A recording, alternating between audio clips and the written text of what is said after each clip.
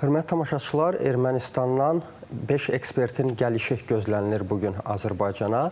Xatırlayırsınızsa bir müddət öncə Azərbaycanlı ekspertlər Ermənistana getmişdilər, İrəvana səfər etmişdilər və orada vətəndaş cəmiyyəti nümayəndələri arasında etimadın qurulması istiqamətində danışıqlar aparılmışdı və indi də Ermənistandan 5 ekspertin bugün charter reysi ilə Azərbaycana gəlməsi gözlənilir. Bununla bağlı Ermənistan kütləvi informasiya vasitələri məlumat yayıb və yenə də eyni mövzuda elə vətəndaş cəmiyyətinin arasında etimadın qurulması məsələsi müzakirə olunacaq. Təbii ki, hələ ki, kimlər iştirak eləyəcək bu barədə məlumat yoxdur, amma yəqin ki, günün ikinci yarısında bununla bağlı biz tamaşaçılarımıza dolğun məlumat verəcək. İstər heyətin tərkibi ilə bağlı, istər müzakirə olunacaq məsələlərlə bağlı daha ətraflı yəqin ki, məlumat çatdıra biləcək tamaşaçılarımıza. Mən Ermənistanla davam eləmək istəyirəm. Ararat Mirzayının maraqlı açıqlamaları olub ötən gün ərzində. Bildirib ki, Türkiyə ilə sərhədin açılması, ümumiyyətlə Türkiyə ilə münasibətlərin qurulması Ermənistan üçün çox böyük əhəmiyyət kəsb eləyir indiki məqamda. Bu da yəqin ki, təəccüblü olmamalıdır. Çünki uzun illərdir ki, Ermənistan özü dalan vəziyyətində, dalan ölkə kimi qalıb regionda və indiki mərhələdə istəyir ki, region ölkələri ilə münasibətlərini blokadadan çıxsın. Bəli, yenidən qursun və blokadadan çıxsın. Xüsusilə Türkiyə ilə sərhədlərin açılmasının tərəfdarıdır indiki məqamda və bildirir ki, Mirzayan, Ermənistan-Türkiyə münasibətlərin tam normallaşması Ermənistan və Azərbaycan arasında münasibətlərə, danışıqlara da pozitiv təsir göstərə bilər. Amma mən burada kiçik bir xatırlatma eləmək istəyirəm. Xatırlayırsınızsa, bir neçə gün öncə Hakan Fidanın açıqlaması var idi Ermənistanla münasibətlərin normallaşdırılması istiqamətində və Hakan Fidan həmin açıqlamasında bildirmişdi ki, Ermənistanla tam şəkildə münasibətlərin normallaşması yalnız Ermənistan Azərbaycanla münasibətlərini tam şəkildə normallaşdırandan sonra mümkün ola bilər. İndi necə deyərlər, top Ermənistan tərəfindədir. Mən davam eləmək istəyirəm Rusiya-Ukrayna müharibəsi ilə. Bilirsiniz ki, son günlər gündəmdə Birləşmiş Ştatların irəli sürdüyü 28 maddəli plan var. Rezonans doğurdu, istər bölgədə, istər dünyada. Ukraynaya heç bir şey soruşmadan hazırlanıb. Bəli, maraqlı məsələ ondan ibarətdir ki, Birləşmiş Ştatların özündə də bu plan barədə məlumatsız idilər. Elə əsas konqresmenlər də məlumatsız idilər, məlumatları yox idi və elə onların özlərinin açıqlamalarına görə məlumatları mətbuatdan öyrənirdilər. Xüsusilə Axios və Financial Times-ın materiallarından öyrənirdilər. Onlardan biri Donald Trump'ın maraqlıdır ki, tərəfdarlarından, aktiv tərəfdarlarından və Ukraynanın dəstəkçilərindən olan Lindsey Graham deyib ki, mənim də heç bir şeydən xəbərim yox idi. Mən də mətbuatdan öyrənirdim məlumatları, amma eyni zamanda qeyd eləyir ki, istənilən plan Birləşmiş Ştatların Kiyevə davamlı hərbi dəstəyini özündə ehtiva etməlidir və maraqlı məsələ ondan ibarətdir ki, bəzi konqresmenlərin fikrincə onların media orqanlarından öyrəndiyi məlumatlar qəbul edilməzdi indiki məqamda və bəzi narazılıqlarını ifadə eləyiblər.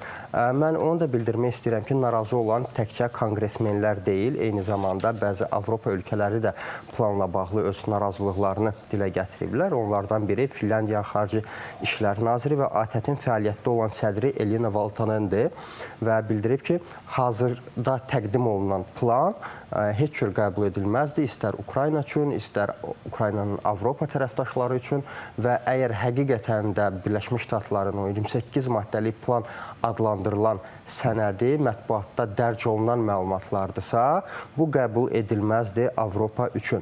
Və maraqlı məsələ ondan ibarətdir ki, hələ rəsmi olaraq plan açıqlanmayıb.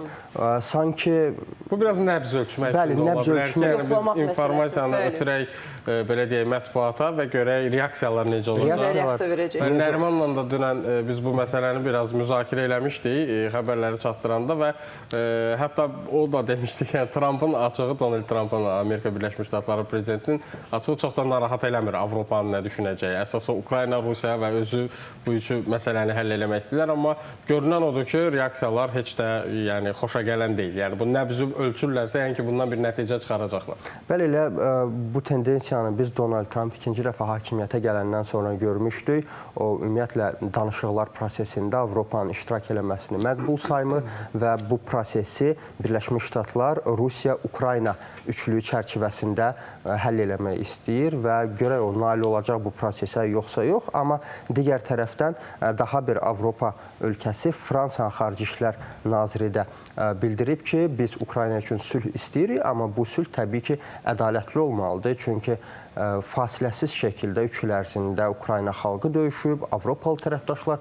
Ukraynaya müəyyən dəstək olublar, maliyyə yardımı cəhətdən, hərbi dəstək cəhətdən və bu səbəbdən sülh lazımdır, amma ədalətli sülh olmalıdır ki, bu təbii ki, Ukrayna xalqı üçün də məqbul sayıla bilsin.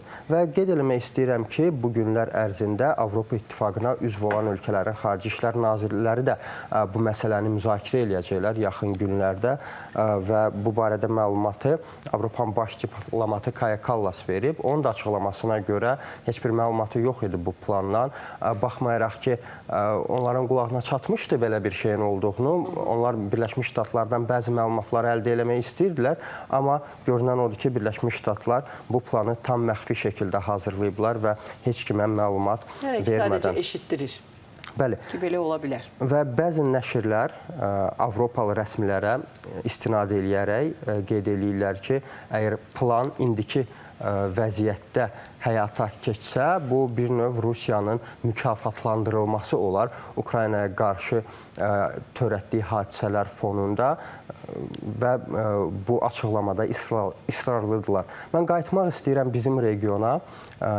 Məsud Pezeşkiyandan maraqlı açıqlama gəlib. Paytaxt Tehranı köçürmək istəyir başqa şəhərə. Bu barədə Azad İran Telegram kanalı məlumat yayıb. Əsas səbəb isə ondan ibarətdir ki, Məsud Pezeşkiyan hesab edir ki, Tehran çox yüklənib.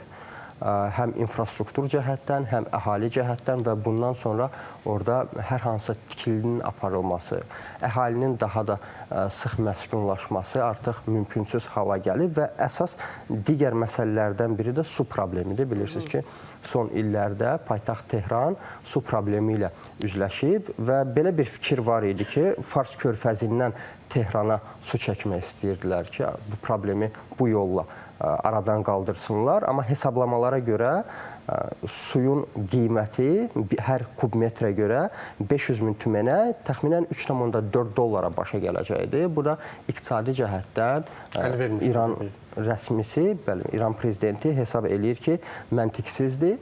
Və qeyd edir ki, bu vaxta qədər onlar bu problemi həll eləmək istəyirdilər. İstər paytaxtın köçürülməsi, istər su probleminin həlli. Bu vaxta qədər onların lazımi maliyyə vəsaitləri olmayıb. Amma indiki vəziyyətdə isə bunun başqa alternativi yoxdur hesab eləyirlər və qeyd edirlər ki, paytaxt yüklənib.